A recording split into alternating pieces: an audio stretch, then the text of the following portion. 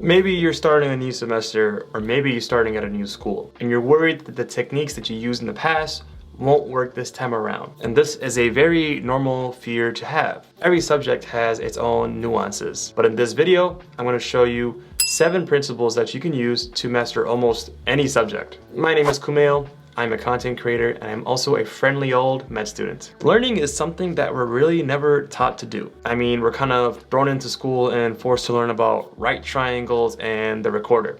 Do y'all still use the recorder? I don't recall ever going over the best ways to learn, but there's actually a ton of research on the subject of learning, and there's also a ton of books. I've read books like Make It Stick and Ultra Learning, which have helped me create this helpful video for you all, and I think you're gonna like what I found. The first principle is research.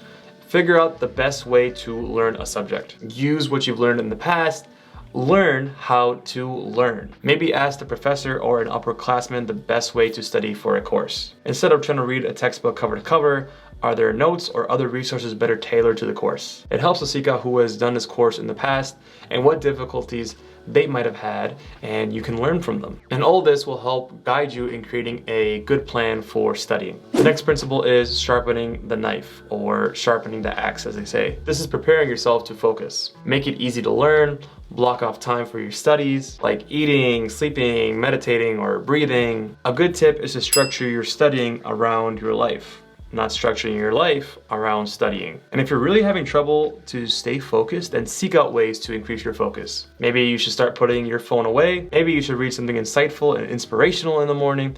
Maybe you should start your day with journaling or meditating. Maybe you have a lot of things on your mind, so you write everything down and prioritize so you can jump into whatever you need to do and get focused. And sincerely, do not neglect this step because it will impact the quality of your learning. The next one is to jump right in. Just start doing it.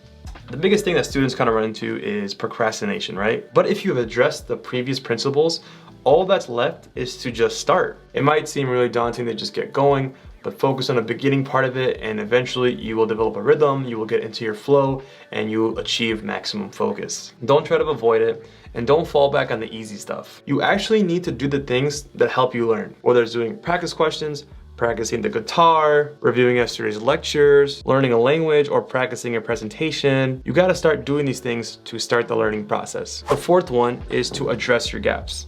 Be honest with yourself and find your weakest points. We don't like to admit to ourselves that we are weak on a subject, and sometimes you might feel really overwhelmed with how much you need to do, so you try to passively review everything at once. But this is usually a waste of time, so address the areas that you actually struggle with. Understand why it's difficult and break it down if it's too complex. You can quickly determine gaps in your knowledge by quizzing yourself or writing down what you know from memory. And on that note, that leads us into our 5th principle, which is active recall. Testing yourself even when you don't feel confident is key to active recall. It's easy to passively review, but you learn more when you quiz yourself, or even by doing practice questions. Explaining something you learned to someone else is another form of active recall. Generally, if it's more effortful when you study, then the learning is taking place. If it feels too easy, then ask yourself if what you're doing is a passive study technique. The 6th principle is feedback. So seek advice from people, even if it's harsh. You can seek help from a teacher or a tutor or someone else in the class. Practice questions serve as a good source of feedback. Please don't take anything personal and just try to learn from your mistakes. And actually,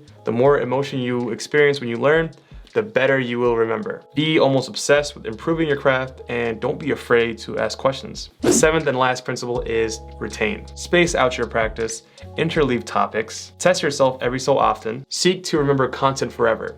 Don't cram. Make it easier to understand. If you keep forgetting something or something doesn't make sense, try to understand why it doesn't make sense, and why you are forgetting. So those were the 7 principles to help you master almost any subject, to really learn anything. If you found that helpful, please hit that subscribe button, because that shows me that you want more content just like this. You like what you're seeing. Please also hit that like button and leave a comment below of what you think. And for more additional help on studying, check out my free study course link below. I go in depth on how to study effectively for your exams. I've also included some sections about digital note card taking, how to deal with a bad grade, how to memorize, and more. If you want to check out any other free resources for students, I recommend you check out the links below. Thank you all so much. We'll see you here next time.